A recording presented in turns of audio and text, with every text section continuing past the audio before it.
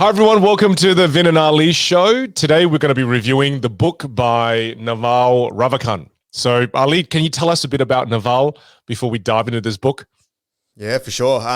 So Naval Ravikant, he's an investor. He's part of the Silicon Valley crew.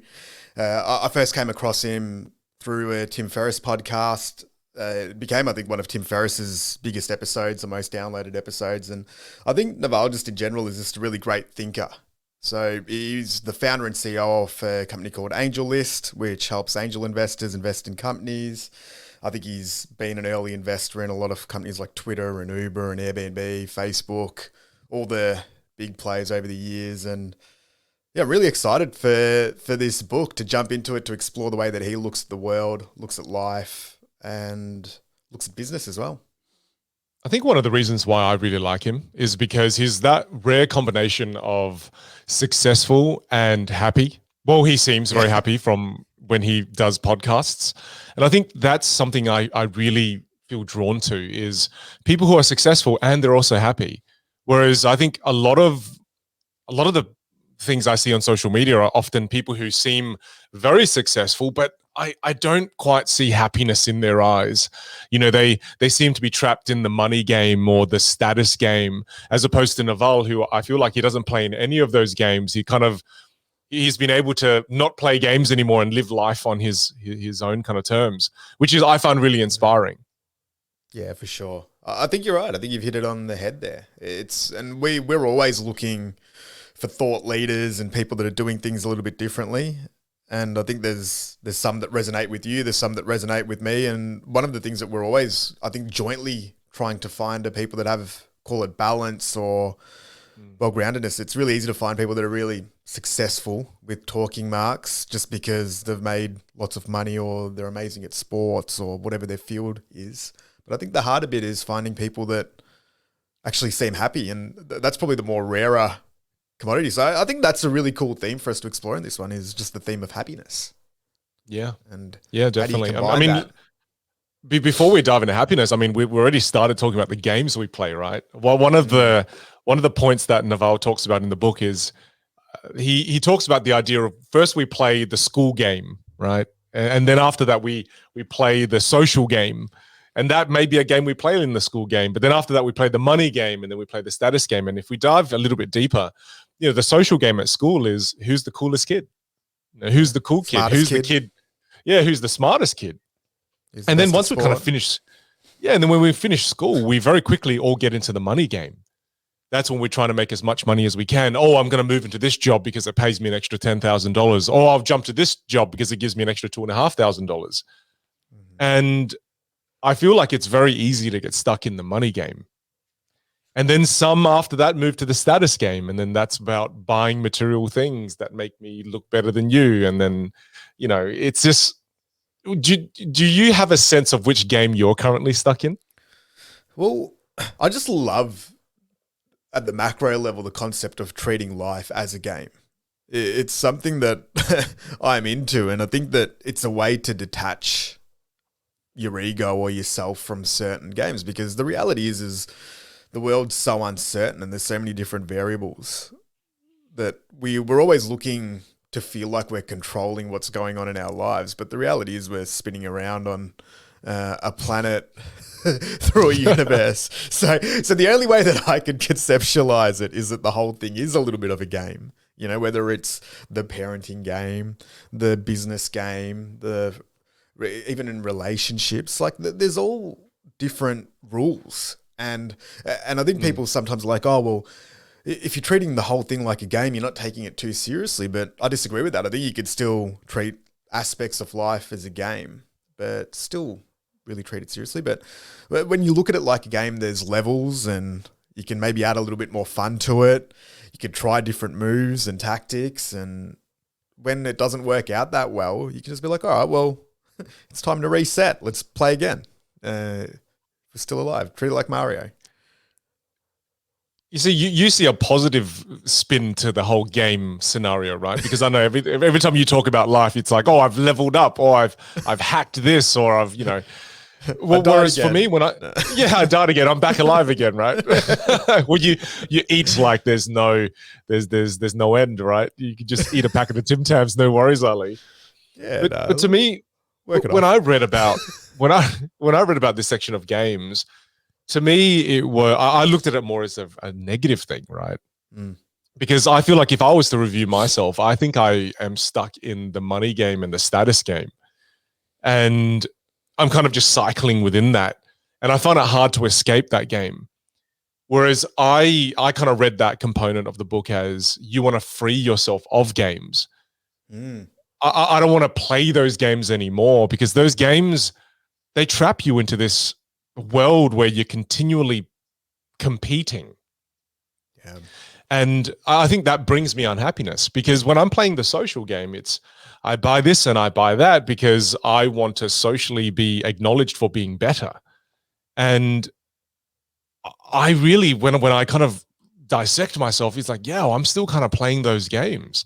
And I am still playing the money game. I still want to make money. I still want to, you know, I don't know. Do you get to a point in your life where that all becomes slightly monotonous? Maybe it becomes monotonous when I'm in my 40s or 50s, but right now I still feel the desire to play those games. I still want to play those games. I think he actually speaks about a really cool point related to that, where it's really hard to link money, for example, because money is such a big part of all of our lives. It is the currency that allows us to eat and have shelter and to get educated and healthcare, and it's pretty much the token of trust that people can exchange value with. That's essentially globally accepted, right? So we are all playing the money game to some extent, regardless of how much we want to be detached to it or not. But he puts it in a really cool context where he says that money won't buy you happiness. That's nearly impossible or very rare for money to buy us happiness. Whereas when you look at marketing and products and everything that we're sold this promise that if you buy the new iPhone, you get the new Mercedes, you get the new bigger house, it's going to buy you happiness. And I think that's sort of where the trap lies. Whereas I think Naval speaks about it in the book, and he says that money will buy you freedom so that you can have the peace of mind and the silence to then go and pursue your inner happiness and your inner peace. And I really like that concept that money isn't going to equate to happiness. And it's a game that we probably do have to play to an extent. But for us to have a level of freedom, I think for a lot of people, you either need to completely detach yourself from the material world, which is like becoming a monk or going down that type of path, or you have to potentially maybe get to a point of, say, financial or monetary freedom where you can then go and pursue other aspects of yourself. So that's my view on it. Where It's the whole point of, he mentioned you decrease your lifestyle, right? You lower your lifestyle so that you have a very low burn rate. That way you don't need to make as much money, which kind of means you can stop focusing and playing on the money game so much. But I mean, I like the point you said, right? Is that, making money doesn't equate to happiness. And like Naval says, it just kind of gets rid of all your money problems. And I think there are a lot of money problems that do stop people from being happy, which essentially means that there are a bunch of problems that if you have no money tends to be a problem. Once you can get rid of that, it becomes easier to be happy. For sure. For sure. And I think looking at it even, and maybe there's a way conceptually to look at it where happiness is something that's externally driven, whereas money and, say, material things are required to operate in the external world, but both are important. I don't know if that's too abstract, but like what we always say, it's a little bit of both, where if you're worried about paying your next mortgage payment or your electricity being cut off, it's got to be pretty hard to sit there and meditate and journal and get into some Zen zone, right? I think there's a bit of conflict there. So maybe money or a level of it, depending on the country you live in or the culture that you're part of or the society that you're part of, is required. Because I think then the other part of that is comparison is the biggest thing that happens with money. Like And I remember when I graduated uni and you're going into your first job, but every time it would always come up like, oh, well, what's your salary at that place? What do they pay? Yeah, like it's always a measurement stick. Or how much was your house? So money is always related to these things. Everything that we share on Instagram, like you look at Instagram, the whole thing is based on people taking photos at places that probably cost a little bit of money, and with stuff and things and experiences and all of it. So really tricky. Well, I mean, I'm trying to think of why is the money game why are so many people drawn to it? And I think you're right. It's because of that fallacy, right? It's that when you have lots of this stuff that money can buy, then you will be extremely happy. And I think another reason why it can be a trap is because university, high school, everything grooms us to be good at the money game. And when you're winning at a game, it becomes addictive, right? We enjoy games that we're able to win. And as we get better at it, we become more and more addicted to it. I think that's just another layer of addiction there. It's because, if you're out there and you've currently got a job and you're making money, well, it means you're kind of winning at that money game. You're playing well at it. And that's what keeps you going, is when you can play it well. I think he has a quote in there and he says, you play stupid games, you get stupid results. And I don't know whether a money game is a stupid game, but I think there's aspects, when you were saying it before, there's games that we play in our lives. Like if I'm trying to eat a whole box of Tim Tams, that's probably a stupid game and the result's going to be relatively stupid. But it'll be so enjoyable while you're doing it. I showed one of my clients in Seattle last week. I filmed a video for them on how to do a Tim Tam slam. Oh, and he did it with his family. He's like, dude, this is the best thing I've ever done. And and while I'm filming the video, I had to do a Tim Tam slam, and I did like 4 of them. It was so good. You just broke Seattle once this spreads and everyone's slapping Tim Tams. Well, we should have like a video or a link to what we're talking about. Yeah, definitely. No, I mean, if you don't know what a Tim Tam slam is, just YouTube Tim Tam slam and get yourself a box of Tim Tams and just do 4 of them, and life will change as a result. Four's the upper limit, I think. I think 2 to 3 is sustainable, like on a regular basis. That's what I've found. Just for practical advice. Sustainable.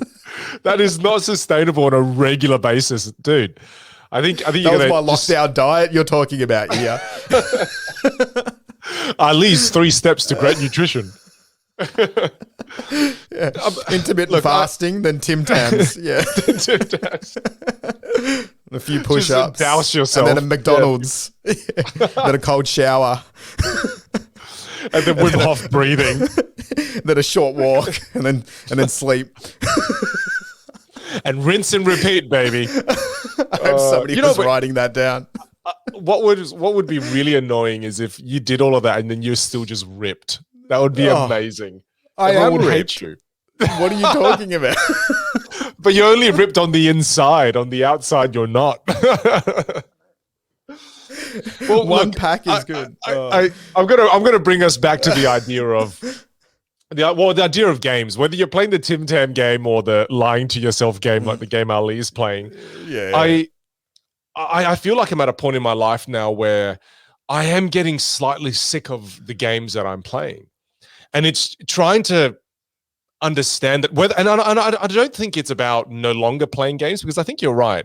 There is an element of games are fun, but it's if you play the same game for too long, it does get boring.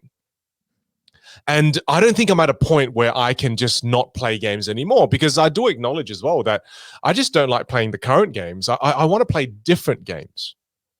Which brings me to the point of what Naval talks about, and he talks about wealth.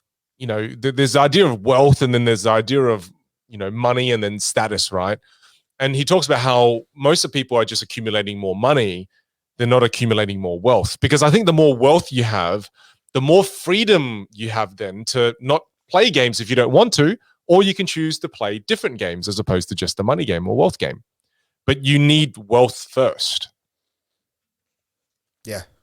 And what's your view? So when you're talking about money and wealth, how do you differentiate that? Well, I think a lot of the times for me, money is just the accumulation of money and cash, right? Yeah. Whereas The wealth is, tokens. his definition is you own a part of a business and you're able to be making money while you sleep because you own equity in a business. Yeah. Now, before, I think maybe even 3-4 years ago, when I used to think about wealth, I thought of it purely in terms of just having lots of money. That's what I thought wealth was. I thought wealth was just how much money you have in your bank account. Whereas learning about wealth and understanding that I can just put $1,000 into the stock market and I own a small percentage of a company, that's wealth, not actually having a bunch of cash. Whereas when I was growing up, wealth was all about how much money you had buried in your backyard, right? It was all about how much cash you had. So it was such a big paradigm shift for me when I learned this about 3-4 years ago, and then started to, oh, okay, I should invest my money. Then it actually is wealth. So that changed. That helped me change the level of wealth I had in my life dramatically. Yeah.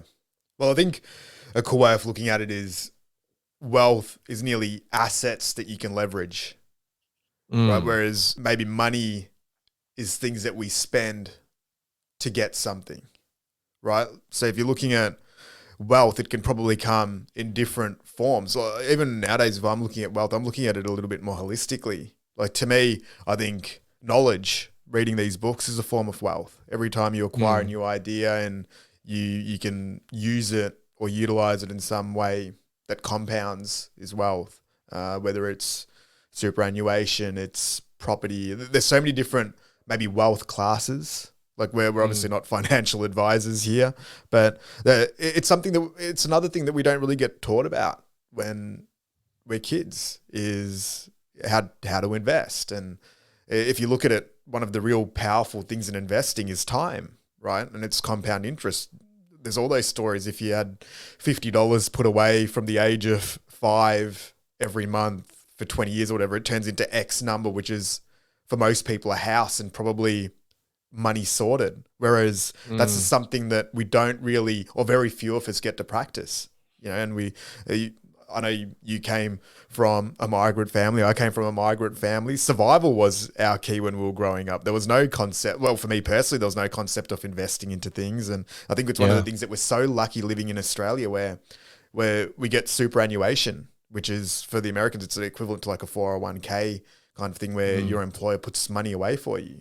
But I remember being 21, 22 and trying to negotiate that number down so I could spend more of that money. Now, when I look at it, even 10, 15 years into my career, my superannuation, which is the one thing that I literally had no idea what was happening, how it was being invested, or even noticing that money going, is one of my biggest assets.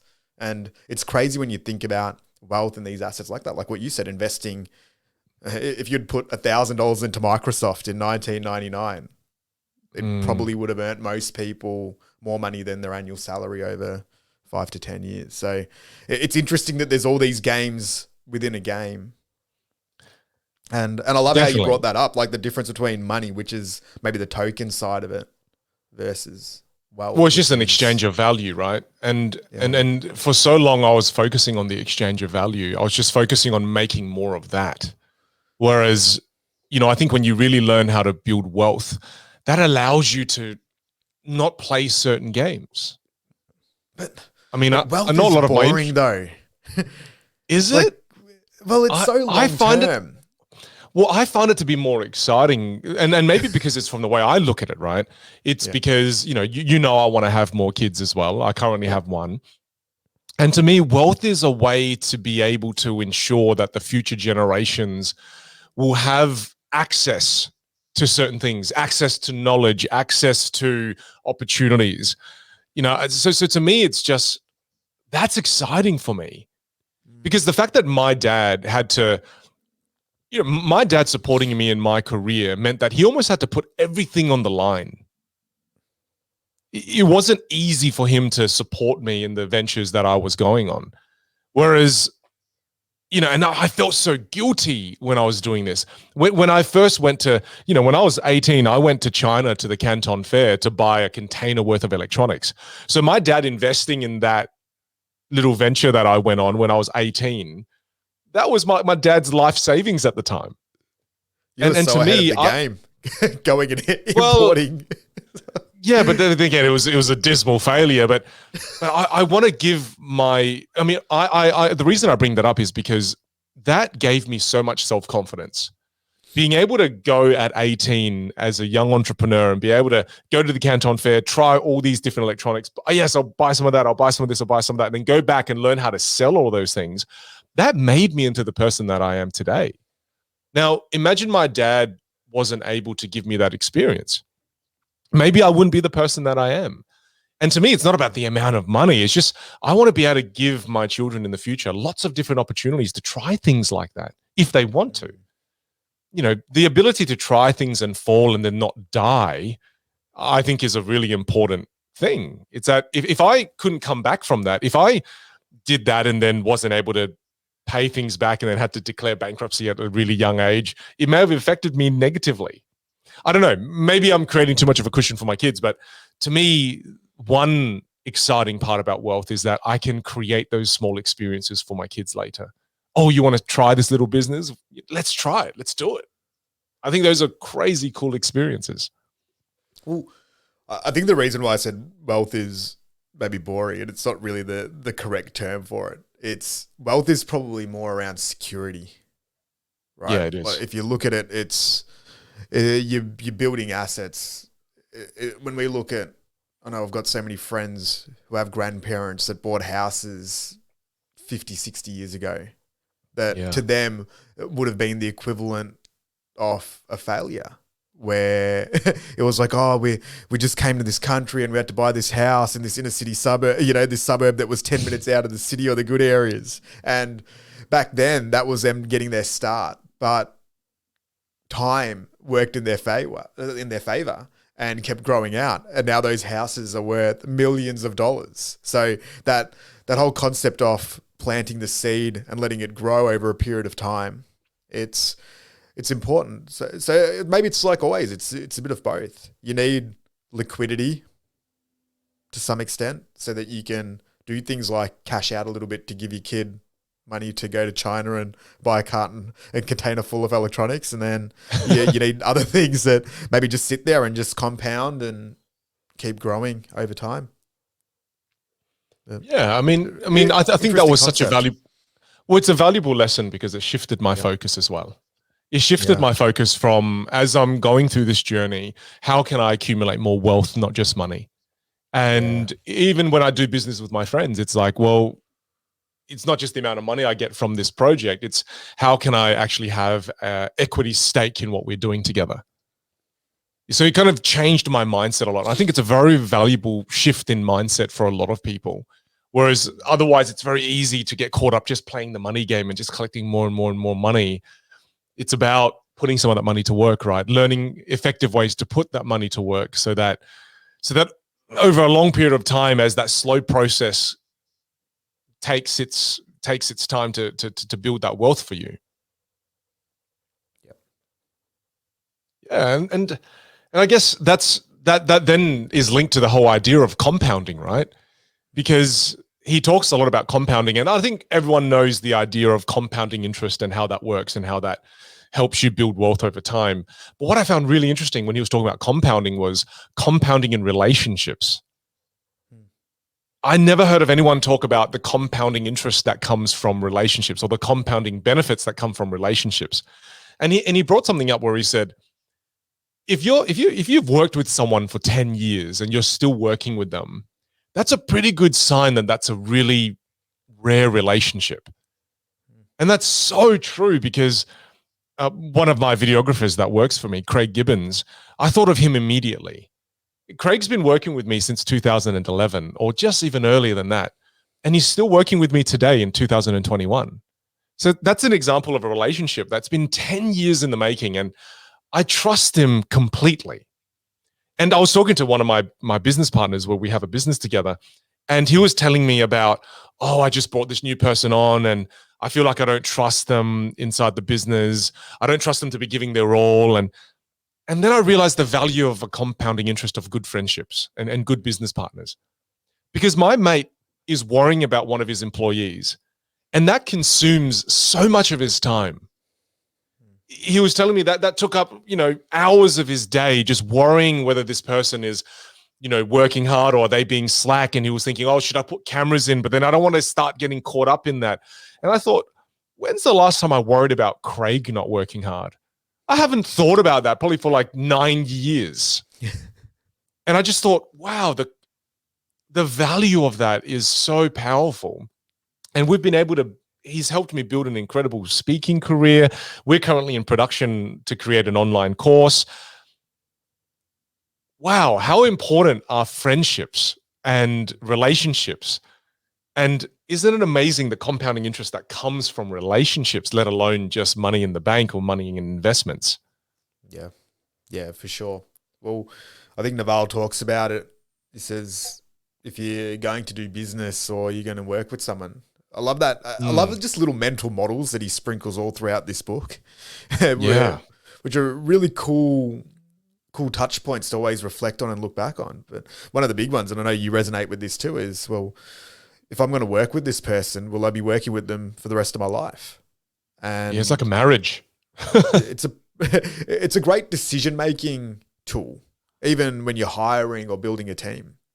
There's another one. There's a few others like that as well around team building, where I think there's one which is, if you run into this person at 2 a.m. in the morning, would you still want to have a drink with them? There's another one that's, would you be happy for your kid to work under that person? Ooh. Right? So That's you've a got good a one, couple right? of there's a couple of really cool ones that when you come right to the end of the interview process and all the skills boxes and everything else are ticked, asking those 2 or 3 questions gives you that good intuitive feeling maybe of, all right, well, is this the person? And you're right. Like what you're talking about with Craig, and I've been lucky to have a couple of relationships like that in my working career too, where they are really rare, where you get to work with someone really closely for a 5-10 year period. And they're not always the easiest relationships, because then you're balancing things like the closeness that you build up over time. You're balancing changing environments, changing requirements, skill sets, family circumstances, dreams and goals evolving. Like, there's all these other bits and pieces, but that's why I think there's a beauty in working relationships, or any relationships that last over. I think anything, whether it's a business, a relationship, a game that you're playing, a career that you're in, if you can get to 20 years, there's something special about that. Yeah. That's where I think you get the impact of compounding as well. Whereas, well, I mean, go ahead, Ali. Yeah, no.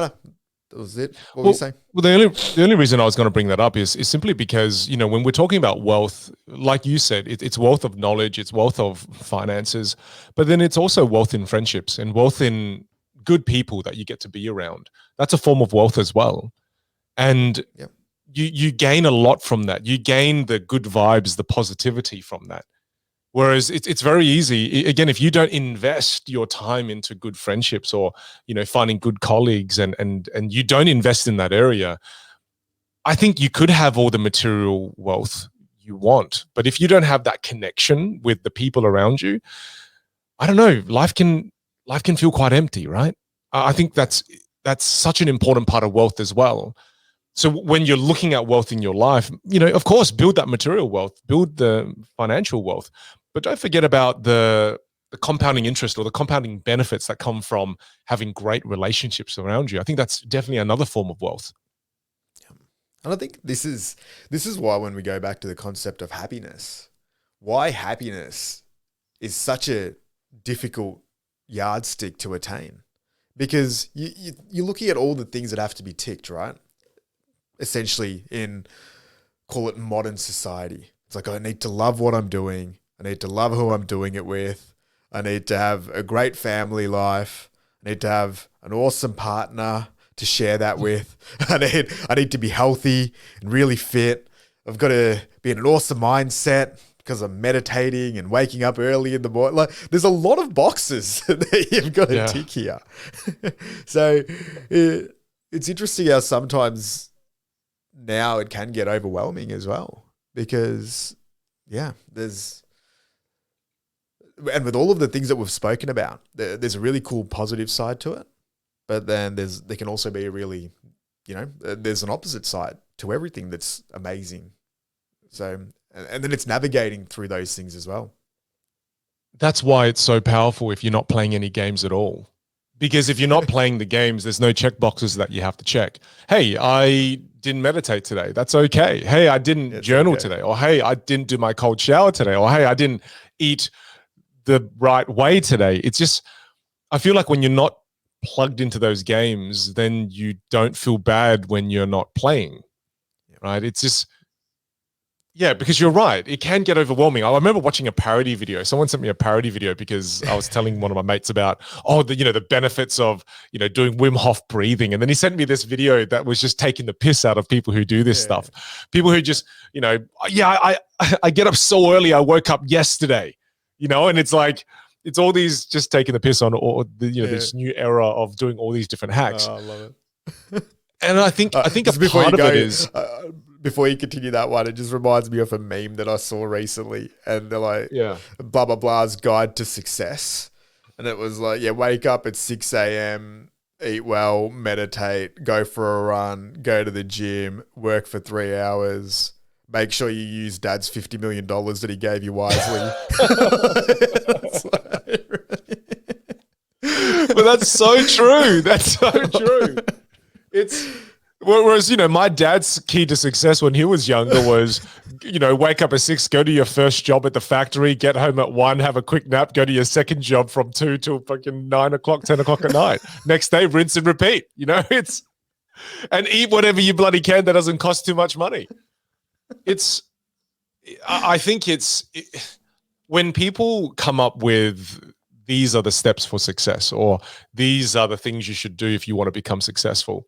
I think what people don't realize is that they're writing it for themselves.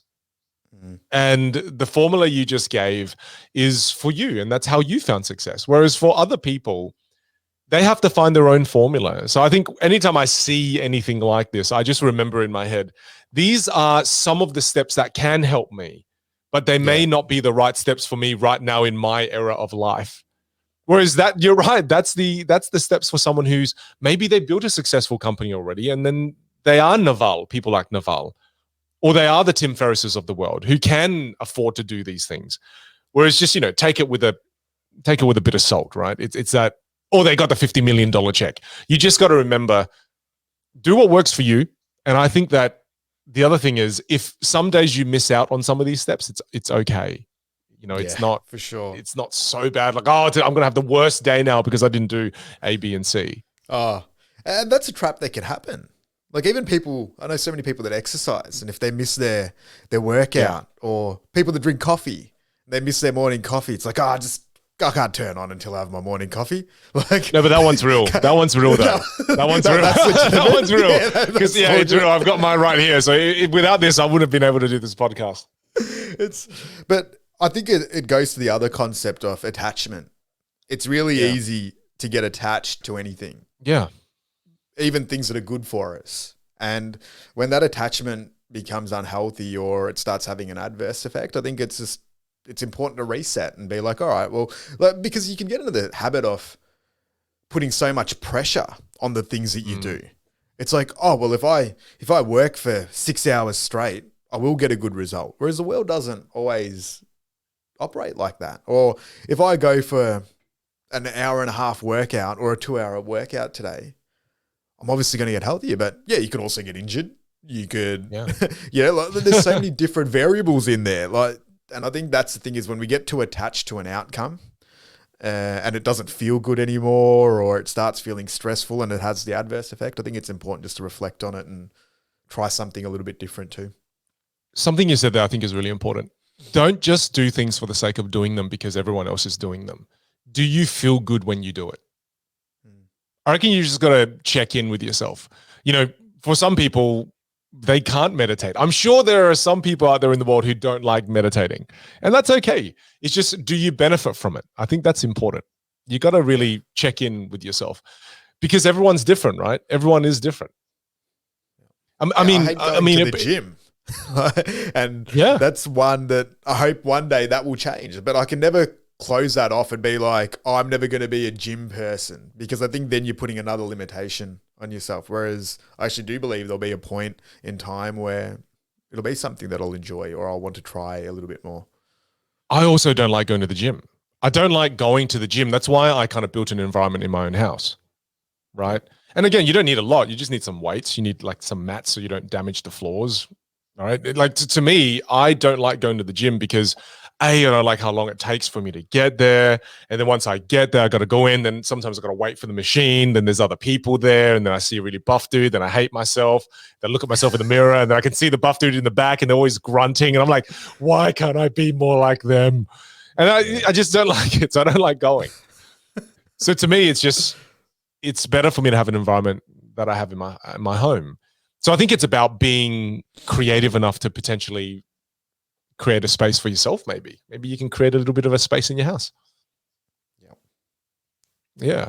Well, I mean, that topic is really very much linked to freedom, I think, because it's the freedom to not, because you use the word detached a lot, whereas I find more connection to the word freedom. Yeah. And Naval talks about a really cool concept where he talked about, early in his career, he wanted to have lots of wealth so he could have the freedom to travel when he wanted, the freedom to buy whatever he wanted. So it's the freedom to. Whereas he finds that in his life now, he wants freedom from. I want the freedom from my business. I don't want to be so attached to it. I want the freedom from anxiety. I want the freedom from material things. I found that really cool. I never looked at freedom as being a journey of freedom to then freedom from. Yeah, I like that. Do you feel a bit of that in your life? Do you have experiences that relate to that? Yeah, for sure. I think it ends up being the second eventually. Yeah. Are you there now? Are you there now? Or are you still wanting freedom to do things? Or are you in the freedom from now? Because you talk a lot as if you're in the freedom from mindset now.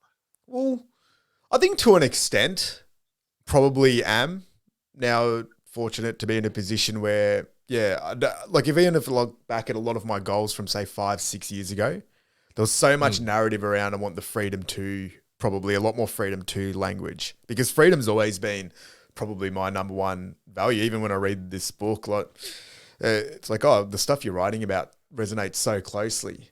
And yeah, a lot of it was freedom to it. It was like, oh, I want the freedom to, play golf. I want the freedom to work with people that I really enjoy working with, the freedom to use my time in a way that where I get to manage my calendar and not have to go to, meetings or whatever it was that I didn't want to go to, the freedom to travel rather than having to travel for work, and all of these things that I think, to an extent, a lot of those boxes, or freedom to spend time with the kids, a lot of those boxes are ticked. And then, probably in my world, a lot of it is around now things that are maybe built or in play. Probably some of it is freedom from, because you can get too attached to it. I think for those of us that run businesses or have a job that we've put a lot of time and effort into, or I think that's the real key part to it. It's the sunk cost fallacy of, all right, well, I've gone and I've done this and I've built this thing and it allows me to live life in a certain way and I don't want to let go of that. Whereas that to me is where it becomes more of a freedom from kind of activity. Because if you get too attached to that, inevitably you're going to injure yourself with that mechanism anyway, because you'll start making poorer decisions, you'll be holding on to it, you'll be playing a more scarcity or fear-based game, and eventually it ends up fizzling out. Like if you look at so many big companies, they've suffered from that. They've gone down the route of innovation, they've built great things, those things have been successful, and then they've spent the next 10 years holding on to that rather than creating something new or evolving it. And like, I think if you look at Facebook, for example, that feels like a company that is playing that game. Like, whereas I think that's where Elon's probably a little bit different, where it feels like he just does whatever feels like a cool idea on the day. And do you see that Saturday Night Live monologue he did? Yeah. It was actually really good. I was really impressed by it. It was a fair effort. It was a good effort. I thought it was going to be really bad, but it was actually really good. I guess I had really low levels of expectation, but then it was like, wow, that's really good. Well, and I think this is humorous. a really interesting thing for Elon is, I was speaking to somebody about this the other day. Like, is Elon now nearly going too far with the celebrity and what he's doing with like crypto and Bitcoin and sort of toying with potentially people's livelihoods? Like if you look at, he's essentially replaced Donald Trump as the most powerful person or the loudest voice on Twitter. Like, everyone just sits there looking for an Elon tweet. It's probably the opposite to how Trump was, how Trump's tweets were viewed, because they were probably more viewed for the drama around them. But Elon's tweets are literally changing markets. And yeah, it is. I wonder if there's a risk. Anyway, we go. Well, that recent tweet where he did it about they're no longer accepting Bitcoin. Yeah, I mean, just watching how that impacted the Bitcoin space was fascinating. Well, just Bitcoin in general. Like his tweet a couple of months ago where he said Tesla's going to accept Bitcoin probably was the main reason why, or one of the main reasons why Bitcoin shot up. Then when he tweeted the other way, like he's controlling a market that's worth close to $1 trillion or whatever it is. It's crazy. Well, I mean, that speaks to the point of what you're saying, right? Is that I think a lot of the times when you focus too much on the freedom too, then you can get trapped by that. Right? It's the free. If you always want to maintain the freedom to be able to do everything you want to do, that is in itself a trap as well. That is in itself not freedom. Yeah. Because if you're fully attached to, I want the freedom to be able to buy whatever house I want. I want the freedom to be able to travel the world in business class anytime I want. I want the freedom to, and if you've got too many freedom twos, that in itself is not freedom, because then you trap yourself, because now you have to play the money game to be able to have the freedom to do those material things. Yeah. Well, one of the, the concept of freedom from really stuck out with you. One of the things that stuck out that I found related to this point was when he was talking about, to him, freedom nowadays is a sense of peace. And feeling that sense of peace. And I think that's one, like, what's your views on that? Do you find that in the life that you're living that you can find those moments of peace? I only find those moments of peace when I'm super present in what I'm doing. So to me, my moments of peace are when I take Xander to the play center, my son, and I sit there without my phone because I leave it in the car. So when I sit in there with him, I just watch him play, and I'm just being there with him. Or I sit down the slide with him and we slide together. I find peace in those moments when I'm super present. Or the most recent one was I was just up at my mum and dad's on their kind of acreage, and I was mowing the lawn, and I was about to put my AirPods in to listen to a podcast while I was doing it. And then my dad told me not to. And I was just on this ride-on lawnmower, this lawnmower, the ride-on lawnmower. And then I was just mowing the lawn, and I felt so at peace. Yeah. I felt, wow, like when's the last time I was just focusing on the thing that I was doing and nothing else? I'm always listening to something. I'm always doing something. So to me, peace is just when I'm one with the action that I'm taking.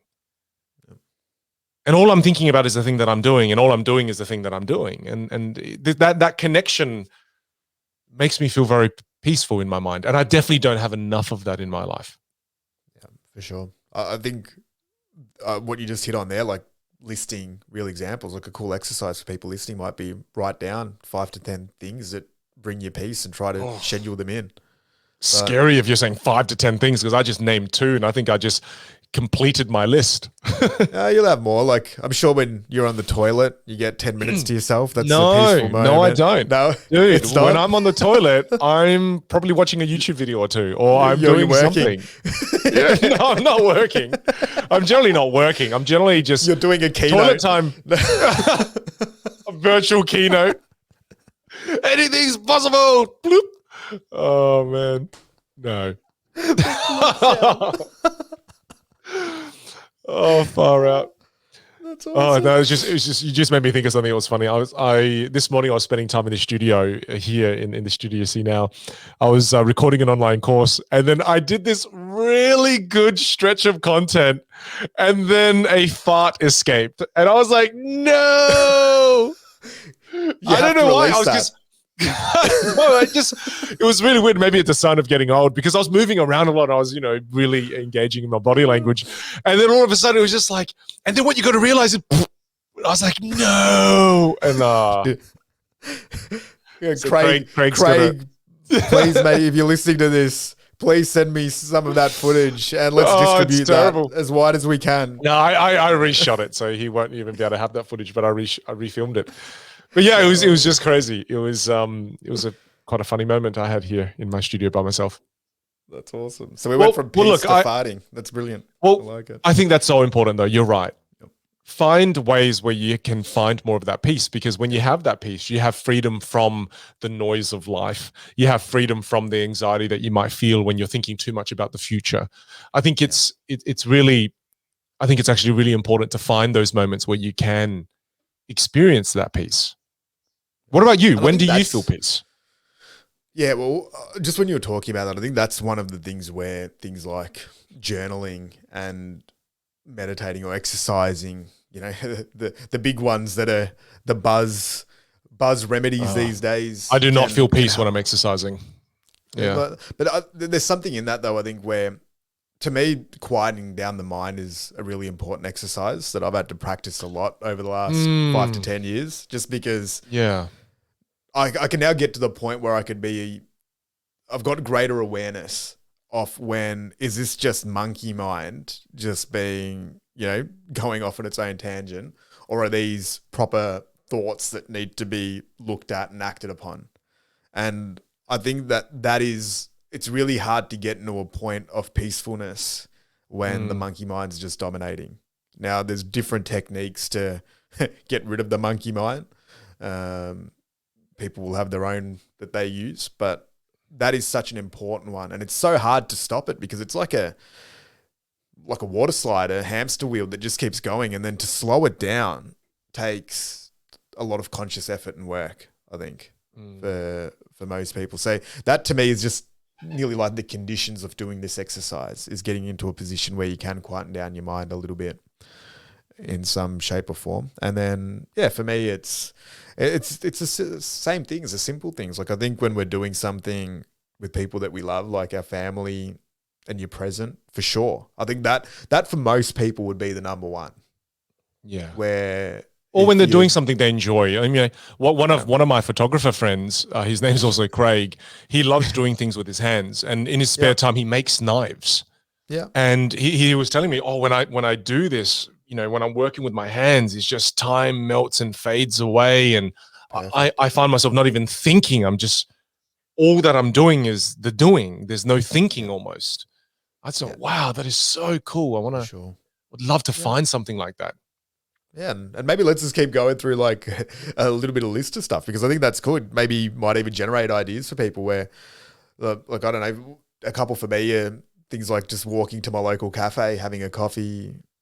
It's you love that, don't you? That's one of my favorite things. Playing a round of golf is a pretty big one, because again, the funniest thing that I think you hit on before was it seems like places where you can find peace, the phone isn't an active part in that activity. Sure. For sure. Like the phone. It's like this. I'll give you another example. You know how we've got the light feature on our phone? So now your phone's become a torch. It's become a camera. It's become an emailing device. It's become a calendar. It's become everything. And as a result of that, it kind of embeds itself into your life in every single way possible. So I remember the other night I went out to start a fire, just to do a little bonfire. And I was like, I need a light. And I was like, no, damn you, phone. I'm going to go find something that's just a torch. That's not actually a phone. So I had to consciously make that decision in my head to leave the phone behind and find just the torch. Like, because hey, if Siri, I bring that phone out. Where's the torch? Siri. But the thing is, I have to so consciously now eliminate it from my everyday tasks. I mean, the next thing, if this can be a knife as well, that's it. You're just going to carry it everywhere. Because now it's my license. Now it's my credit cards. Now it's everything, right? So it's so hard. I have to consciously now go, no, I'm just going to bring my credit cards with me again. I'm going to bring my licenses with me again so I can actually find opportunities to leave that at home. Because I think most people who listen to this won't disagree with me that this is a huge problem. That the more and more convenient the phone becomes, the more and more it embeds itself into your everyday life. And then when I went out to do the fire that night, I had a torch, and then all of a sudden I was able to completely disconnect. Yeah. It's a really tough one on the phone because it's so crazy. Well, and it's been a problem for me for use years. It's like it nearly needs, you know, when we drive a car, there's rules. Yeah. And you need a license. It's like we nearly need like a phone license or the equivalent of it just for our own safety. Yeah. It needs like your insanity. It needs airbags. It needs all these things where like the phone just turns off after it knows that it's not serving you in the way that it should be. But I think it's definitely beneficial for our lives, but we need these blocks of times throughout the day where we're not using our phone. It's like one of the reasons I'll feel rejuvenated after even doing this talk with you, Ali, is that I didn't go to my phone. Yeah. It's going to be a block of an hour or 2 hours where I didn't go to my phone. I'm going to feel great as a result of it. I think one of the most pragmatic ways you can help yourself find more peace, or you can begin the process of finding peace, is to find a couple of hours a day where you can just block out and just not have your phone. A couple of cool little tips and challenges as well is using the screen time app on your phone. So since we're on this topic, just because I know this is one that we've both kind of practiced a little bit, but might as well share some of the tools we use. But there's things like you can look at, if you've got an iPhone, and I'm sure Android phones would have the same thing, where there's a screen time app, and try to challenge yourself. So if you're on your phone on an average of 8 hours a day, see if you could reduce that to 5 hours a day, or make some sort of reduction goal on that. There's also another one where it's the number of pickups. It gives you that. I know on iPhone, it gives you the number of pickups in that screen time app. And I remember mine was at like 60 or 70 or 80 or something like that a day. So I'm like, all right, I want to make sure that the maximum number of pickups I'd have a day would be 30. And I remember doing that's that. Elite if you can get it to 30. Damn. Yeah, it was pretty hard. And then sometimes like you'd bump the phone or something and it'd turn on and it'd count as a pickup. No. I'm like, no. I want it back. And then you like pick it up again. It's like, there's another one. It's like, no. Throwing back. But just those, man. I think you can nearly gamify using some of the tools in the phone to help you reduce it less. I know one that I use a little bit is do not disturb. And then that's an awesome function because you can just set it so you only receive calls from people that are in your favorites. So there's no interruptions. And if it really is an emergency, people can call your phone twice and then it just will go through too. Using airplane mode a little bit more, removing heaps of apps off your home screen, making sure they're only like apps that are proactive, that you're not being reactive to, that are on your home screen. I mean, one that you told me was the removal of the notifications was huge. No notifications. Oh, man. Zero. That was huge. I mean, because when I used to look at my phone and I see all these little red numbers, like I have to check them now. Whereas now when I look at my phone, none of my apps have any of those red notifications, none. So then I only look at it when I think of it. You know, maybe I should check my emails this morning. Instead of it telling me to do it, I'm kind of being more intentional. That was a game changer for me. And that's the thing is like every single app is gamified to mess with us. It's really similar to the pokies because it plays on, I can't remember the exact theory, but it's like random reward theory, which is the thing that we're really looking for. And we need that dopamine hit. So it's the same reason why people will spend 5 hours at the pokies is pressing a button. Like logically, there's no reason that that's a good game, but it does go to a deeper part of our brain that loves that concept of having to take very little action but get some sort of treat reward. And I don't think anything's mastered it like what the phone has for us. Well, I mean, I'm being more like, this is, you know, that's a part of my mental health, right? And I'm becoming more and more conscious of this to the point where I'm prioritizing it a lot now. And I mean, it just brings me to something that I remember reading in Naval's book where he says, you know, his priority of his sequence of priority is first his physical health, then his mental health, then his spiritual health, then his family, then his businesses, etc. And I thought, wow, here's the first three priorities. Whereas when you ask most people, what's your first priority? Most people will probably say their children. Yep. And that was a shifter for me because it made me go, wow, I need to prioritize myself more, first of all. And three of the, the top priorities are actually just me. And it's funny how it's physical, mental, spiritual, then family. And I just found that sequence to be really interesting. And it made me kind of reevaluate my, mental health and my spiritual health and my physical health. Because, I'm trying to create for myself now hobbies that are more, it's freedom in a sense, freedom from technology, freedom from noise. And like, I think, one of mine is camping. You probably don't know this, but I'm actually getting a custom trailer built. Yeah, I'm sure. And it's going to be like have I told you that? Nah, but I think ages ago you were talking about looking into it, but I didn't know that you'd now progressed. Dude, yeah, I'm in the process of designing it now. And it's That's awesome. Custom trailer where it's a trailer you can hook onto any car. And then like on the bottom, there's going to be like a slide out kitchen. There's going to be a refrigerator you can pull out. Then you lift it up and you pull this thing down. It's like a bench table. And then on top, you put like a rooftop tent. It's going to be amazing. But to me, I'm trying to create activities and things to be able to do with the people I love and care about most, where I can unplug from technology to find that peace so that I can look after my mental health more. And now I think I have to just become more aware of when I start to feel that burnout coming on, or when I start to feel that kind of, my mind is so cluttered, that I have options like that to be able to go to. Whereas before, my go-to move would have been just push through it. I didn't have an outlet to find that peace. I didn't prioritize my mental health. I definitely didn't prioritize that at all. And all my physical health. Yeah. Like, and we see it all the time where you'll see somebody that's really stressed, or you can tell that probably isn't looking after those three aspects that well. But they'll have the narrative that everything that they're doing is for somebody else.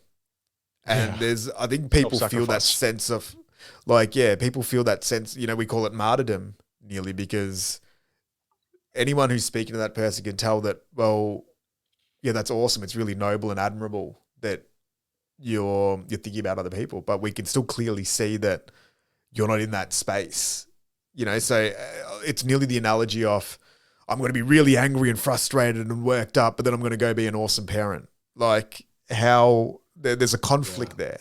Where if you don't look after, and people sometimes I think the risk to the other side is it can be perceived as being selfish. If you take time out for yourself and you do all those things, self-care or whatever. But I personally am just a massive believer that if you're not in the best place that you can be, it's going to be really hard to be good for the external world and everyone around you. So taking that time just to reset, recalibrate, and to refresh, to me, it's one of the non-negotiables.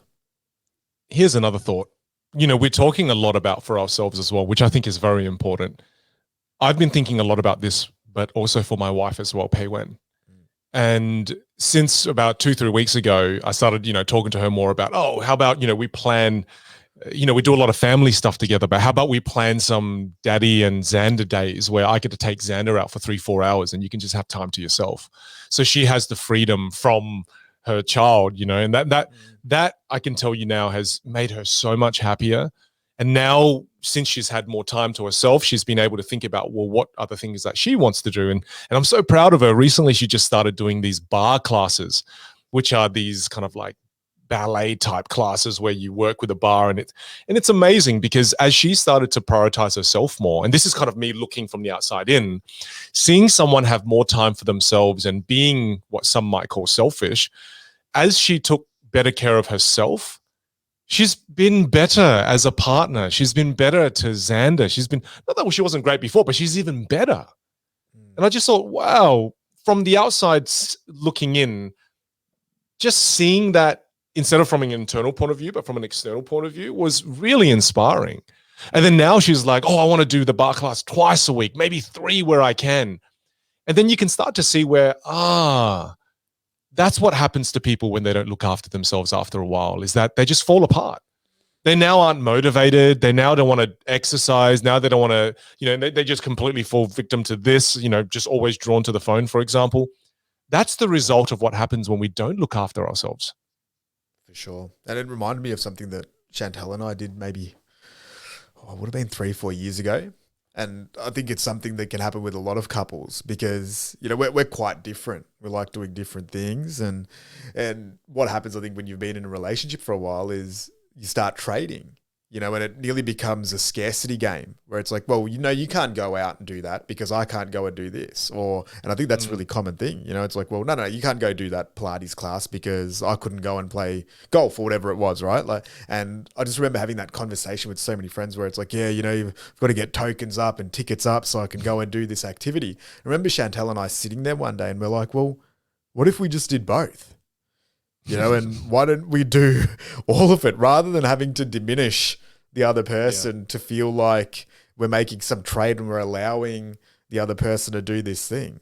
Like, let's live our lives so that they're aligned with who we are and let's start doing all of it. And we'll figure it out. And one of the things, because early on that was a little bit tricky, one of the things that we did, we were like, oh, well, there might be 10 things that we want to do. Let's just pick 3 each. I'm sure we can figure out a way to do 3 each to start with. And then you get into the habit and then the same thing happened for us, like what you're talking about, where it's like, oh, well, wow, I just did that and I got really happy. Now I like you more.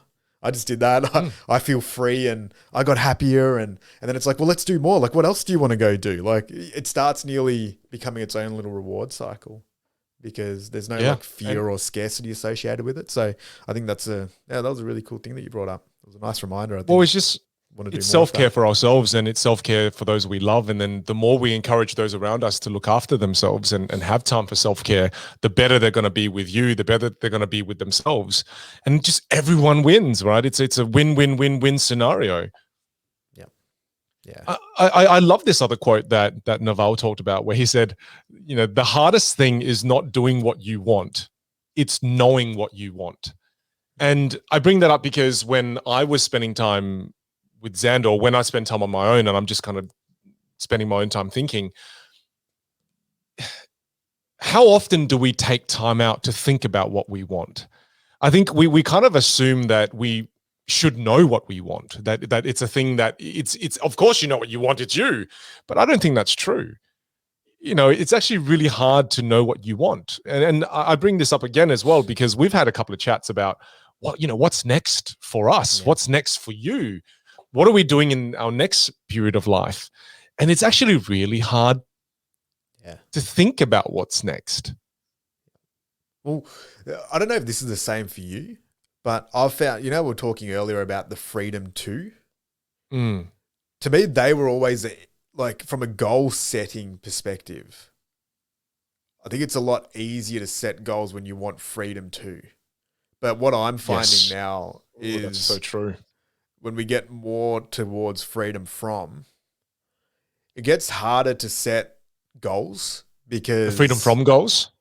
Well, just newer things to take action on because so many of those things are ticked. Like I sometimes find myself, like, am I just creating goals just for the sake of having something to focus on rather than being an actual inner desire? Because a lot of those boxes are ticked. But then the flip side off that is boredom.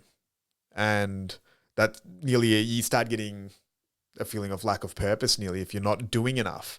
So that was when you were mentioning that before and you're like, oh, well, maybe is the key not playing any games at all? I actually don't think it is. I think I get bored. Yeah, you get too bored because then it's that thing. So it's maybe a cycle. Like I remember you and me speaking about this when we were together last time and we were saying that it's a bit of both. Like we need to fill our cups and then we need to empty them and then you fill them and then empty them. And that's kind of the cycle. Well, it's like, let's use the gaming analogy. We'll use the gaming analogy, right? You can't play games all day. Otherwise you'd lose your damn mind and your eyes would get sore. And then, so it's about learning how to play games and then not play at all. And then tomorrow play again, right? So if you kind of take that analogy, it's like, don't play games all day. Play games for a good solid 3-4 hours, have a good time.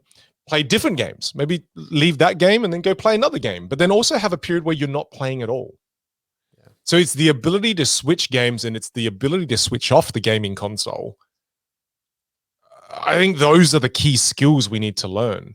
First of all, like you said, it's about choosing what game, having clarity on what games you want to play. I think that's hard as well.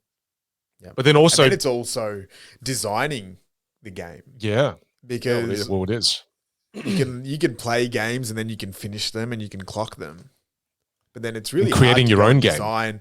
Yeah, well, or like finding another game that you really love. Like if you go back just to the video game analogy, like we game a little bit, and I can think back over the last 10 or 20 years, there's probably 5 games that I really, really loved playing. Wow, you can name 5. I can name like 3 at most. 50, right? Like which one are for you? Which are your favorite games? I love the Assassin's Creed games. Okay. When they first came Vikings out, they were like the first couple of those were awesome. What else? I always love sports games, so I love games like FIFA and NBA, Grand Theft Auto, all those Rockstar classic games are always good. But anyway, we digress. We go into a gaming. And just in case those of you who are curious, mine are League of Legends, World of Warcraft, and Zelda Breath of the Wildfire. That's awesome. 2 of them are really big online. That suits you. You love playing being out there with the people. Yeah, well, I mean, I think a really cool point of clarity that I just got from us talking about this is that it's about, well, first of all, it's choosing what games you want to play. And hopefully you're playing a game you want to play, because I think the worst thing is being in a game you don't want to play. I mean, imagine playing a game that you hate. So for me, it'd be, imagine I was playing a game like Animal Crossing. Oh man, everyone told me that was such a good game. I played it for a bit. And I was like, oh, this is hell. I hate this game. So imagine getting stuck in a game that you hate. I think the first thing to do is, well, try your best to get out of that game and play a game you actually want to play. But then it's about having a variety of games as well. I think it's important to have a nice variety of games that you like to play, but then also now having really important times where you're not playing. Because only when you, like, it is only when you're not playing games that you miss playing the game and then you want to play again. Otherwise, if you're playing the whole time, it gets a bit boring after a while, I think. I just love what you're talking about on this game concept. And another one where there's maybe a practical aspect to this is write down 3 to 5 games that you're currently playing at the moment and put some commentary around them. Like what was fun about the game when you first started playing? What do you love about the game? What do you not like about the game? Do you want to keep playing the game? And then can you make it more fun somehow? Yeah, can you make it more fun? Like then you've got another little toolkit. Because the beauty of thinking about it like a game, it depersonalizes it again. You can look at it from the balcony view of being like, because if you're, I'm marketing manager at X, your identity's too tied to it. But if you can then view it as a game, like I'm playing the game of marketing manager at this place. Do I want to keep playing it? How am I playing it? Could I play it better? Just removes that little bit of friction. Like I can't remember if it was in this book or not, but so much of the things that hold us back, I think it might have been in this, it writes about that, is that so much of the things that hold us back is related to our ego and our identity. It's really hard to make good objective decisions that are based in reality when you're too connected to it and you're wishing for something to be a certain way. Like this happens in the business world all the time, where it's like, oh yeah, post-pandemic, I'll just wish for it to get back to this way. Or you're just like, if a couple of things go that, and the reality is that there's something right now in the real world that you might not be ready to accept or acknowledge and to reflect on. So a real key part of that is detaching from it. That's why advisors and people that are external sometimes are so important, because they can help you see things a little bit more objectively too. And when you kind of see it as a game, it allows you to have more fun with it too. An example I can give everyone is, one of the games I'm currently playing is I'm playing the online course game. I'm going to start playing that game. Well, currently playing, I'm in production of an online course right now. And I remember going into the game being very serious about it. I was like, oh, I can't wait to get this. This is a very important piece of the puzzle for me right now. And I got a bit too serious. And I remember Craig called me out and just said, hey, man, dude, you should have a bit more fun with it. And then I started doing things that were more fun in the online course. There was a bit where midway through a lesson, I would just play out a mini 15-second skit And it's just like, oh, that's so fun. That just made it so fun again. And my creativity was kind of exploding, and I loved it. So I think it's about, like what you said, write down some of the games that you're currently playing and just reevaluate them. How can you make the games more fun? I What can you love what do you to just make the said there. games more enjoyable? Like, again, it's not Yeah. always about finding a whole new game. It's about, there are ways to make the existing games more fun as well. And you play it your way. And I love using fun as one of the Yeah, benchmarks. Like, I think if you so. haven't laughed or enjoyed yourself or had joy or had some playfulness in the games that you're playing, it's not a game anymore. Yeah. It's a Like, job.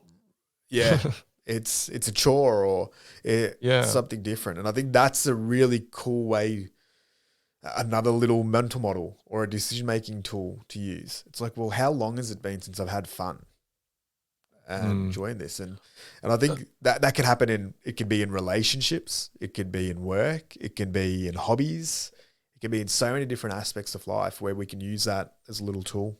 It's cool. And look, it's possible, right? I just did a training for a client of mine in Singapore, and he was the manager, the GM, and he said, "Oh, Vin, look, I need to make work more. Somehow, I need to make it more lively because it's become so monotonous." And one of the simple things I told him was, I said, "Hey, why don't you buy an improv book with improv games? And at the start of every meeting, for 5 minutes, your meeting goes for an hour. Use Yeah, 10% of that time, less than 10% of that time, to play a couple of improv games." And then that's cool. he actually did it. And now 5 minutes before his meeting, he just goes, "Hey, everyone, let's just do a quick improv game." And like, one of the improv games was, you take a ball, you throw it to someone on the virtual Zoom session. When they catch it, they have to make a sound. And when they throw it to someone else, they have to use a different sound to throw the ball. And he's like, and I remember him telling me when we were doing this, he goes, "Vin, at the beginning, it felt ridiculous. But now this is the one thing we all look forward to the most." Yeah. And now that just starts the meeting off in a fun way. And now everyone's just having fun. And it doesn't have to be dramatic like that. I find simple ways, because I remember when I first told him about the idea, he's just like, no, I can't have fun at my work. I can't do it. You can. You absolutely can. It's just, maybe you're so ingrained in doing this a certain way that it's stopped your ability to think outside of the box now. And It's it's so possible to hilarious. have fun. Yeah. Well, especially in workplaces, it feels like, especially if the venture or the business isn't succeeding, it's nearly the culture becomes of one Really where you serious. can't be perceived to be having fun because That's the a good business isn't point. winning. Whereas I actually think that they compound each other, and the less fun everyone's having, the more stressed they are. It Mm, probably has a negative impact on that entity. Whereas if you can ingrain that fun into it in some way, shape, or form, like for us, we're lucky we work in golf. But one of the things that we realized was, well, we do this because we're passionate about it, and the fundamental thing that we all love is actually playing golf and loving the game of golf. It's like, well, we need to make sure that we're doing that, and so most of our meetings nowadays, if we can, we'll try to tie them together with 9 holes of golf or getting out there, especially that's after the awesome. pandemic year, where it's like, well, why not? Why not go out to a partner course, see how they're going? You can tick so many more boxes rather than meeting in a room or doing that, because at the end of the day, just chatting. And then the beautiful thing about that as well is, as you do things like this, or as one of my clients starts doing this as a GM, you're making yourself more unique as an individual as well. Yeah. I mean, how many people can you name right now that has fun while they work? Yeah. And I think the more fun you can introduce, and I love the idea of fun so much, because this is something that Naval talks about as well, is that when you can turn your work into play, no one else can compete with you. No. Well, even from a management perspective, you don't really have to do too much conventional management. Like if I look at us with Future Golf over the last 7 years, I would say management time would take up less than 1% to 2%. That's If that. crazy. Just because the people box is ticked, where you've got trust and you know that everyone's aligned, they're loving what they're doing, they've got that component there. You know that the human factor of those people is ticked as well. They're people that are responsible, just good humans that you would want to work with for ages. So it's again ticked. you've got people that are passionate about the space, that are passionate about the vision. Like, so you get all those things in. The management really just becomes more strategic and tactical, where it's around, all right, well, what decisions need to be made? What are we actually going to be working on? Who's going to do it and deliver it? Like, there isn't much more than that other than a little bit of collaboration and then planning and review. And when you can get it to that point from a management perspective, it becomes really enjoyable because it doesn't mean that the result's always going to be perfect. It doesn't mean that you have to not make hard decisions and change things up, but it ticks that one box. Whereas you're not sitting there worrying about, oh, is that person doing 10 hours every day or 8 hours every day? Is that person working on what they're meant to be working on? Is that person fully engaged, or are they looking for another job right now? Like, I think it can offset some of those boxes. Well, it just goes again to show the importance of fun and play, right? Because if people are having fun and they're playing, they're less likely to be looking for that other job. They're less likely to be slacking off because they're enjoying what they're doing. So again, I just think it really does push the point of the importance of play, and find, maybe it's even important for you to write down ways to have more fun in the way that you work. I mean, for me, definitely. I mean, one of the benchmarks that I put into the online course now is how fun was the course. Yeah. How fun was it? Even in my virtual classes, I throw people to breakout rooms and I push them out of their comfort zones to have fun, because to me, like you mentioned earlier, Ali, I think it should be a stat that we track. It's funny, I took my son to, I'm currently shopping around for schools, and we're going to different schools and doing school tours. And they benchmark how many of their students got, what ATAR they got, what score out of 100 they get when they finish high school. And they do all these different benchmarks for sports, extracurricular activity. I'm like, where's the fun benchmark, man? Like, none of the schools had a fun benchmark. None of them had a freaking meter for fun. And I think one thing I really want to make sure I encourage with my son and my other children, as I have them and they grow up, is we've got to have fun in life. We've got to find lots of ways to have more fun. And I think children are a great way to remind ourselves as adults the importance of needing to have fun. Because I just want to bring back to my point before that, the more fun you have and the more you play, the more that I play in my online course, the more unique this online course will be. And I believe the more successful it will be. Because so little people give themselves permission to play. And in a way, that's so many people don't give themselves permissions to be themselves. And the more you play, the more you're willing to be yourself, I think the more unique you become, and then the more valuable you become as a result. Yeah, for sure. Well, you just made me think of something. Over the weekend, we had a really awesome family sort of weekend. Sunday's all about Marcel, my son's soccer, and he's really getting into that. It's still early in the season, but we're now getting to know a lot of the other parents and all of that. So he played his match in the morning, and then after the match, one of the other dads, he had like 10 tickets to an A-League game, which is Australia's like professional soccer league, to go to the game. And then so the boys went, the three of us dads, we went down to the game, and they just had an awesome day out. And then we got home, and then we're sitting in the car, and Marcel looks at me, he's like, why can't every day just be like that? Like, why do I have to go to school tomorrow? That's beautiful. And like learn stuff and then do things that I don't want, when I know that I just want to play soccer every day. I want to just hang out with my friends. I want to have fun. I want to spend time with you, and then do all these things. And I was sitting there and I'm like, I don't have I've got no answer. I've got no good answer. I've got like the normal answer that I can give you, which is essentially just because, well, everyone goes to school and you have to go to school, and that's just the way the world is. Like there was no answer that could offset, because I could see how much fun he had that day. And he was right. Like, why can't every day be like that? But I think we nearly train ourselves over time. And then he asked, like, I heard him this morning asking my wife a question. He's like, why isn't school like kinder? Kinder was way more fun. And she's like, do you realize you'd actually spend more time at kinder than you do at school? He's like, no, I didn't even realize that, because I was having so much more fun, because we're just playing and we're doing activities and didn't have to learn like certain things that are just prescribed for no reason. So I think that there's something interesting there in the way that I'm not saying that school isn't important. I'm obviously a big fan of education. I think that education overall is amazing, and the way that it's set up. It's a difficult thing to do as a Well, system anyway. But it's something that needs to be innovated. I know that's for sure. Well, it's a system that's old. 7-year-old that go to school, like they go to this institution for 30 hours a week, 40 hours a week, learning things that they don't really have context around why they're learning it. It's weird. Do you know what you just made me think of? You made me think of, imagine there was a kid that people were willing to, this is going to sound weird, but you put them through an experiment, right? And you actually have them live a life where every day they just love what they do. It's going to sound weird. Yeah. But imagine you put them into an experiment, and then every single day of their life up until they're 18 was a day like your son described. Yeah. A day where they're doing things with people they want, they absolutely love it, have a bunch of fun. Wonder if that would actually turn out to be amazing. Or do they turn out to be like a complete deadbeat and end up failing in life and not learning any of life's good skills?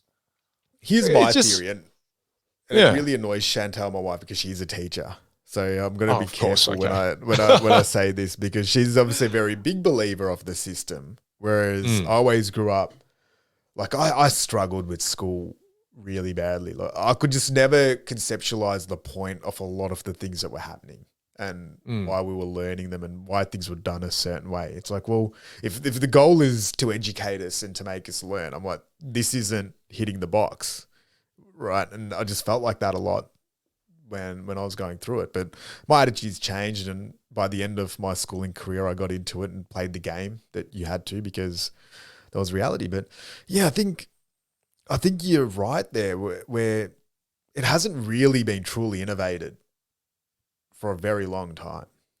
And I think that there's a real big concept there about diminishing returns. Like, yeah, it's really important that all kids need to learn, like reading and numeracy. Well, the social skills that are involved. Well, the social skills, I think, are the biggest thing. Yeah, because that's the thing that's really hard to replicate. Like if you did this experiment of the passion-based stuff, that broader-based societal social skills, it'd be really hard to replicate that, where you've got your child in an environment with 25 other people from different backgrounds, different cultures, in a learning environment, working as a team, collaborating, growing, doing all of those bits and pieces. I think that's the thing that's really hard to replicate. But surely if you're 5 or 6 years old or 8 years old, can you really learn actively for 8 hours a day? Yeah, no way. Because I don't think I could as an adult. Like if you put me somewhere for 5 days a week, where all I had to do was learn stuff, and then at the end of the week you ask me, what did you learn? I could probably name 2 or 3 things. It's like, that's a good point. Why are we doing it to the kids? I don't know. Yeah, we digress. Not well. No, I mean, I mean, you're making me reflect a lot, even on my career as a speaker. I think one of the reasons why my career as a speaker, I became fairly successful in that realm, is because I brought fun into a keynote presentation, which generally, is motivating, it's inspiring, but it's not often fun. Right. Whereas what I was able to bring to the keynote experience was a lot of fun. I brought a lot of, magic is in itself. It's fun, it brings out your inner child. And I'm bringing grown adults from all different types of industries on stage, and we're just having fun and we're laughing. And, the often feedback is, oh, wow, that just went by so quickly, and I remember going through that experience going, wow, I thought adults would hate fun. I thought that this was a conference on, on auditing. I thought the last thing you'd want to have is fun here. But the thing is, people loved it. And you see people laughing, enjoying themselves. And it just goes to show that just because you're an adult, it doesn't mean you don't need fun in your life. I think because we're adults, we need fun in our lives, because chances are we've gone through an extended period of time without fun, without play. Well, think back to your teachers and the best teachers that you would have had growing up. They either would have had a combination of being able to connect with you in some way, shape or form, or they were the funny teacher. Definitely. The one that played around. Yeah, like to me, I can only ever think of like a handful of teachers, and they either gave me a really profound life lesson that was aligned to me at that point in time, But that was also based on a level of connection that we had because that trust was built, or they were just a blast to hang out with. And then you respected them because they brought that enjoyment into the learning environment. Like I do not remember, I'm sure I had a lot of really smart teachers. Don't remember any of them. Yeah. And well, I think this links really nicely to what really impacted me in this book is that when you have a lot of fun doing something, you're going to be able to learn it better. Right. So if you're able to, so your son, he loves soccer. If you made me play soccer, I hate it. I'm not going to really, I'm not going to enjoy it. Right. But when he's playing soccer right now, he's learning a lot and he's learning at a very fast pace because he loves it. And the more you love something, the more you play with something, the more you learn about it, the more specific knowledge you build. So, I mean, one of the areas that Naval talks about in this book is specific knowledge. The more specific knowledge you have in an area, the more valuable you become. So your son right now, because of his love and intensity for soccer, he's building a lot of specific knowledge in soccer, which is one day going to make him very valuable. And it may not just be as a soccer player, because he may start building specific knowledge in another area. Maybe it's art. And then imagine combining the specific knowledge you learn in soccer with art. You'll create something unique from that. And I love what Naval talks about because he goes, the more specific knowledge you have, the more you're going to get paid in the future.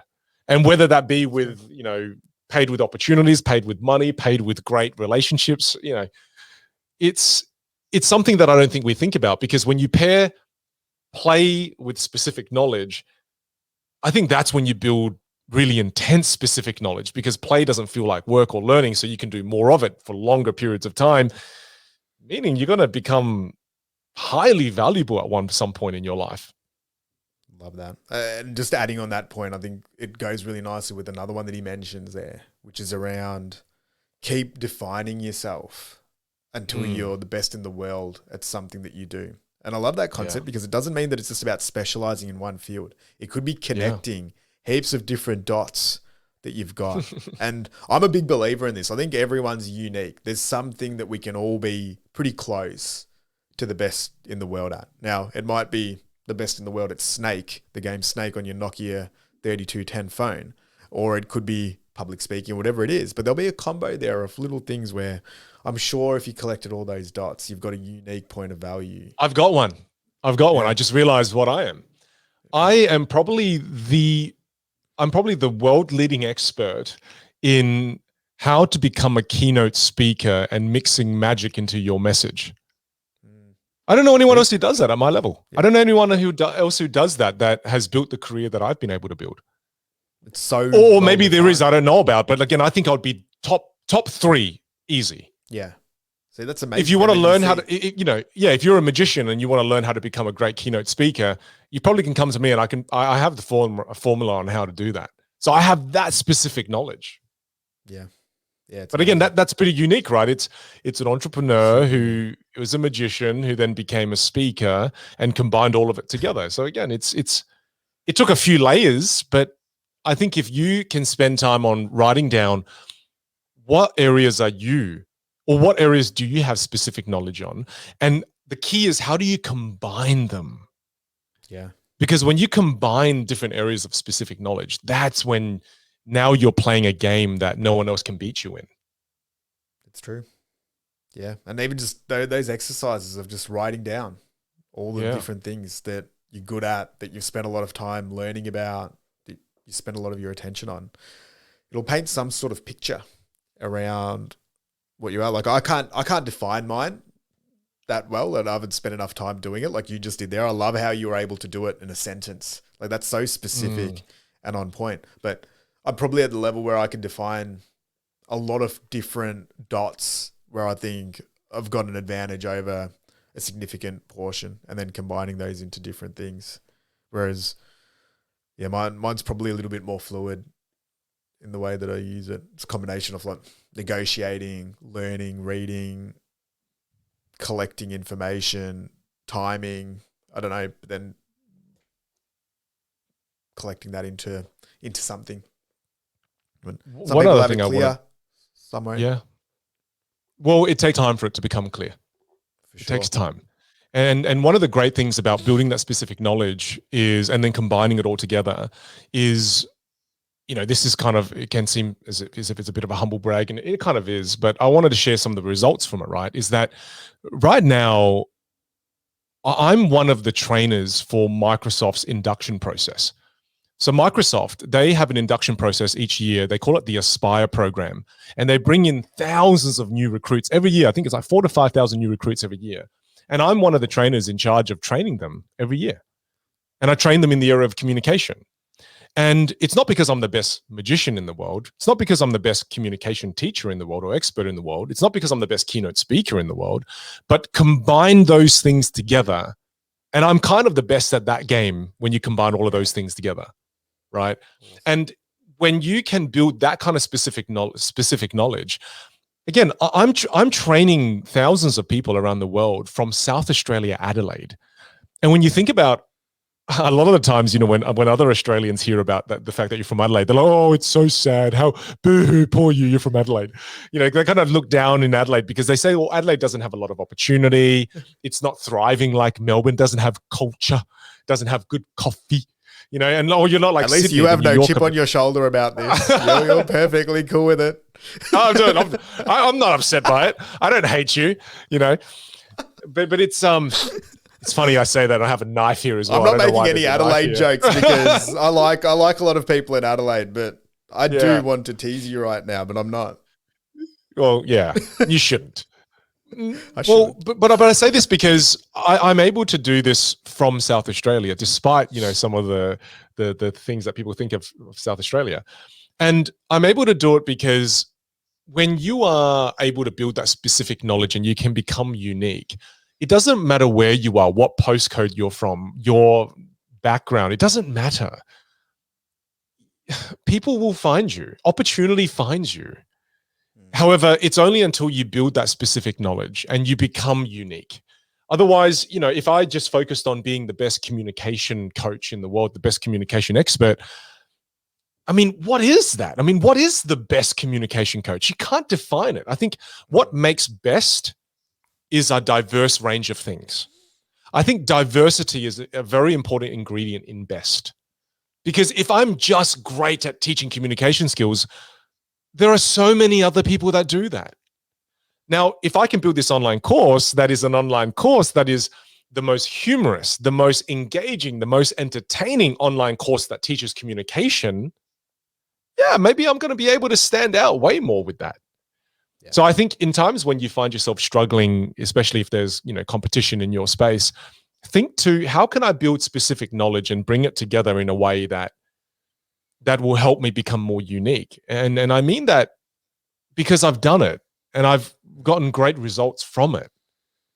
Yeah. I'm not just saying it from reading somebody else's philosophy and go, oh, I think that is good. No, I've adopted this and I've done it and it works. Well, I think just being able to define something in a sentence as clearly as what you did, that's a really important skill too. Yeah. Because I remember we spent like a year even doing it with our business when it was 4 or 5 years into it.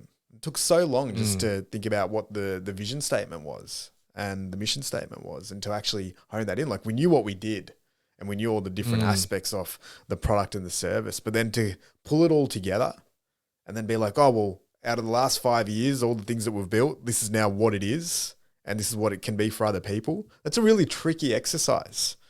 And that's why very few companies have a really inspiring vision statement that doesn't feel generic or like a throwaway line. And it took us ages to realize at that point that our vision was to build like the biggest community and the most engaged community of younger golfers. Now for us, it's non-traditional golfers, but it's clear then to everyone that that's what we're about, to the marketplace, to the partners, to the stakeholders. And I think that's a real big advantage that you've got is when you're competing against another thought leader who says, I'm the foremost expert in communications training. And then they ask a follow-up question. Well, what does that mean? They're like, I don't really know. Whereas you straight off the bat can combine it with 2 to 3, 4 different elements that I'm sure gives you a competitive advantage when you're in any of those meetings. That's awesome. So cool. I think if we bring everything what we said together so far, the whole idea of together. Actually, it's funny. Like double together. I taught my son how to say the word together recently, and he loves the word. So he's always like, play together. And I was like, oh, that is so cute. Close. Together. He's always that melody, and I love it. Oh, no, but if we bring it together, if he comes up and says it like that, it's the best. Oh, you play. Like you play. Yeah, you play. Anyone's play. You play. Yeah, Anyone's play. Yeah. So let's bring it. If we bring it together. It's together. If we can bring together the idea of play, specific knowledge, and different areas of specific knowledge, and you kind of bring all that together, now I can't think. It's just weird saying the word together now. However, if we do bring it around within proximity of each other. So it's whole. So that it becomes a whole. It's really, I feel like that is such a power move. That's one of the most profound things that you've said. It's probably the worst delivery of your entire career. When we look back on this, we're like, this wasn't Vin like a week or two into his speaking career. This was him. This was him at the top of his game. This is past his prime. As I'm building this online course and I allow myself to play in it, far out, I'm having way more fun. And I feel like I'm building a way more unique product. And I believe that when I launch the product, it's going to do so much better because I had fun and I was able to bring in different areas of specific knowledge. It's and such you a power won't care move. as much. You won't care as much about the external response to it because internally you'll be like, how much fun did Craig and I have building this thing? Yeah, absolutely. Yeah, that'll be the bit that you'll look back on. And I think that's where it's so important. Like I think Naval says it as well, is when it doesn't feel like work and you do it anyway, that's when you're onto something. How do other people compete against you? Yeah. Well, how do other people compete against you when it feels like work to them, when they feel like they're grinding and you're over here just playing? Like how frustrating would it be if you're competing against, I'm just trying to think about it in my own head. Imagine you're competing against someone. You're working your ass off and you're doing the whole, I'm hustling for 16 hours a day. And then the other person's just over there just having fun. Yeah. Oh, wow. I'd hate them so much. I'd be like, damn you. Yeah. There's in world soccer football at the moment, for the last 10 years, there's been two players that are pretty much universally at the top of the game. Like Cristiano Ronaldo is one of them. And then the other one's Lionel Messi. And the debate will rage on forever, like who's the greatest, but two of the greatest players of their generation. And I was watching these interviews with other players talking about the two players, and every sentence it was like, well, Ronaldo is just amazing. He's the hardest worker. Like he's elite with the effort that he puts in. And then everyone else is like, Messi just does things that we've never seen before. And then one of the players put it the best. He's like, Ronaldo's the best of the humans, and then Messi is not from this planet. And I'm like, that is the greatest analogy. And I think Messi's got that thing where it's just kind of natural, and it makes it like, I'm sure he works really hard and he does the same things, but it makes it feel like he's just having fun, that he's got a playfulness to it, that he's got humility behind him and all of these things. And to the others that maybe watch it, they're just like, well, that's the most ridiculous thing that I've ever seen. Bring Elon Musk back into the example. Often you hear people say that Elon Musk is an alien, that he's not from this world. And it's because he has fun. He's got the Boring Company. He's making flamethrowers and he's freaking making tunnels under the ground. And then he's got a SpaceX company. Then he makes electric cars. And now he's doing stand-up comedy, right? It's that I think when you see someone having fun and following their interests in a way that's playful, it kind of, I think a lot of the times, because we don't have much play in our lives, when we see other people playing, it pisses us off a little bit, Yeah. Kind of like, oh, well, damn that person having fun. And then it's easy for us to just shit on those people and go, oh, they're not taking their job seriously. Yeah. And it's so funny. Hey, we kind of, we go, oh, a career or a profession always has to be serious. And look, I think there are times, of course, where you have to be serious, but there are times when you can play as well. Another line from Naval's book is that you can escape competition by being authentic. You can escape competition by having fun. I love that. What a great tool to be able to escape competition with. Instead of just, I can beat my competition with price or, improve the value proposition, or what, you can beat the competition by having more fun. I remember we went to a restaurant one night here in South Australia. And when we went to the restaurant, the staff were having fun with each other. One waiter came out, poured the water for everyone, kind of accidentally spilt the water. And, they immediately teased each other a little bit. And then it took a moment that could have upset the patrons to a moment where you notice them having fun, and then now you're infected with the fun as well. No, it's just, you can really beat competition with being more you and having a little more fun. I think this topic. This podcast for us it has to be multi-episode. It can't just be one, because I have to go in and have lunch with my family now. But I don't want to end this podcast. So can we do this as a multi-episode? Let's do it as a to be continued. Why not? To be continued one. Let's do it. Well, awesome let's do it to be continued on this point of fun. We will connect this to the next episode, and I just don't want my wife to come out and start shanking me before I end this episode. You've got a knife there, though, so you've got some protection. I do, but she has a bigger knife. She'll come in with more. I know Paywen. She'll come in with more weapons, and then you'll be. This will become an MA-rated episode. Do you know what camera? Imagine that. You're like death. It just happens live on camera, and I'm just watching it. And I'm like, "Hi, Paywen." She's like, "Hey, just another day at the Zhang family household." Yeah. She's like, "Sorry, Ali, I didn't realize you were there. Can you just edit that out?" And I'm like, "Sure." No, but you know what her main weapon is? Delicious food. I can smell it right now. So food. I got it. She does make great food. Well, look, thanks everyone for joining us for this episode. I'm gonna fly it. What are you having? Vin fortunately has to go eat yummy food now. I'll tell you quickly. She made congee with lots of different condiments. So that's one of my favorite things is when I'm recovering, because I'm just getting better from a cold. My favorite thing for recovery is congee with like 6 or 7 different dishes. Oh, variety. It's the death of me. Thanks, everyone. Thanks for joining us for this episode of Naval's book. We will join you again for the second part of this book, because we've gotten about a third of the way through of the things I want to talk about. So looking forward to seeing you all again soon. And thanks for joining us for the Vinh and Ali podcast.